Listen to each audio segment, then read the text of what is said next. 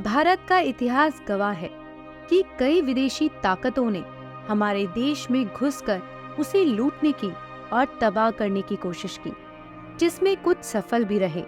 लेकिन हमारी माटी में जन्मे सैकड़ों वीर योद्धाओं ने इन विदेशी ताकतों को बराबर की टक्कर दी और उनमें से कुछ को वापस जाने पर मजबूर किया। इन्हीं विदेशी ताकतों में एक था मोहम्मद गौरी।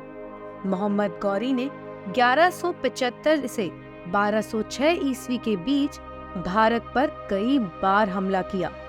इतिहासकारों ने मोहम्मद गौरी की जीत के बहुत गुणगान गाए हैं। कहा जाता है कि गौरी ने जिस जगह कदम रखा उस जगह को अपने कब्जे में कर लिया। लेकिन क्या वो हमेशा जीता? नहीं, उसे भी कई बार मुंह की खानी पड़ी। और आपको ये जानकर बहुत गर्व महसूस होगा कि हिंदुस्तान में सबसे पहले मोहम्मद गौरी को हराने वाली गुजरात की एक वीर नायिका थी, जिनका नाम था रानी नायकी देवी, जिन्होंने गौरी की वो हालत की जिससे उसकी और उसकी सेना की रूह कांप उठी। लेकिन फिर भी कितने शर्म की बात है कि भारत के इतिहास में ऐसी वीर नायिका का जिक्र भी नहीं है, या आप ये भी कह सकते हैं कि उनके बारे में ज्यादा जानकारी नहीं है। जरा सोचिए और मुझे कमेंट करके बताइएगा कि आप में से कितने लोग हैं जो नायकी देवी के बारे में जानते हैं या उनके बारे में सुना और पढ़ा है।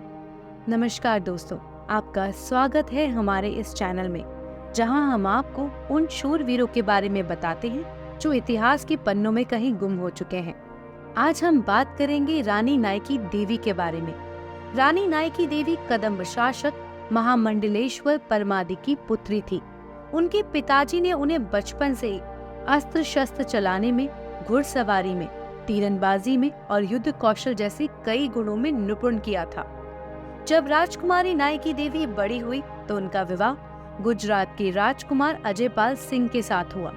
अजयपाल सिंह गुजरात के महाराजा महिपाल के पुत्र थे। राजा अजयपाल ज्यादा दिनों तक राज्य नहीं कर पाए। एक साजिश के चलते अजयपाल सिंह की हत्या उनके ही एक अंगरक्षक ने कर दी। जब राजा का निधन हुआ तब उनके दोनों पुत्र मूलराज द्वितीय व भीमदेव द्वितीय बाल अवस्था में थे।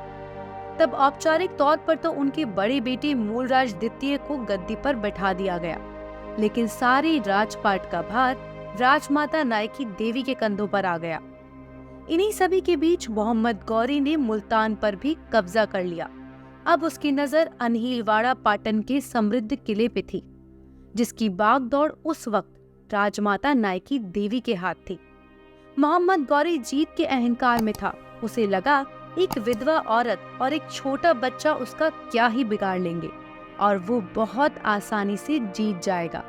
इसलिए मोहम्मद गौरी ने अपना एक संदेश राजा मूलराज द्वितीय तक पहुंचाया और चेतावनी दी कि अगर राजा को जान मान की हानि से बचना है तो राजा अपनी सेना, सारी धन संपत्ति और नगर की सभी स्त्रियों के साथ समर्पण कर दे।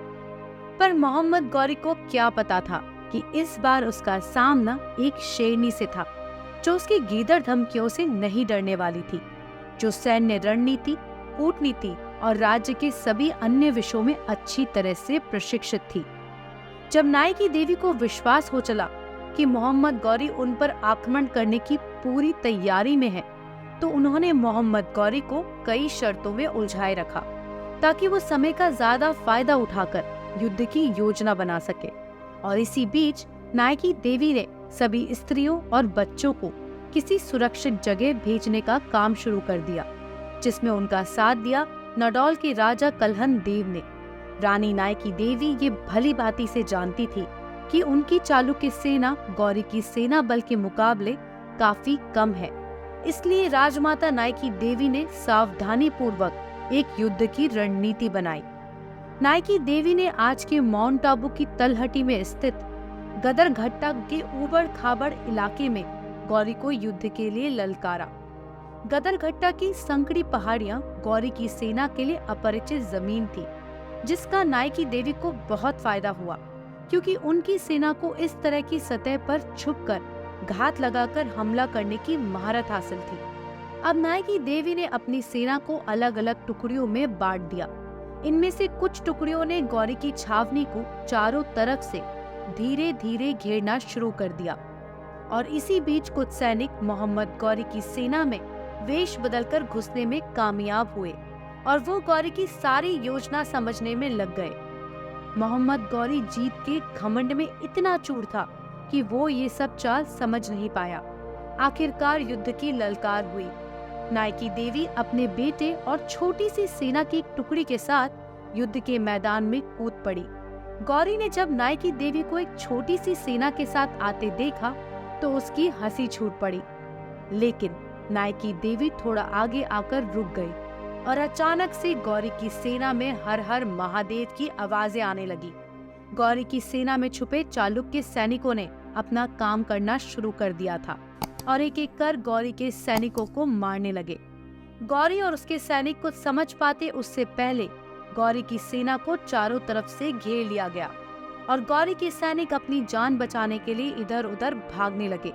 मोहम्मद गौरी रानी नायकी देवी के जाल में फंस चुका था, लेकिन फिर भी उसने अपने बचे हुए सैनिकों के साथ मिलकर नायकी देवी को पकड़ने की कोशिश की और आखिरकार नायकी देवी और गौरी का युद्ध में आमना सामना हुआ।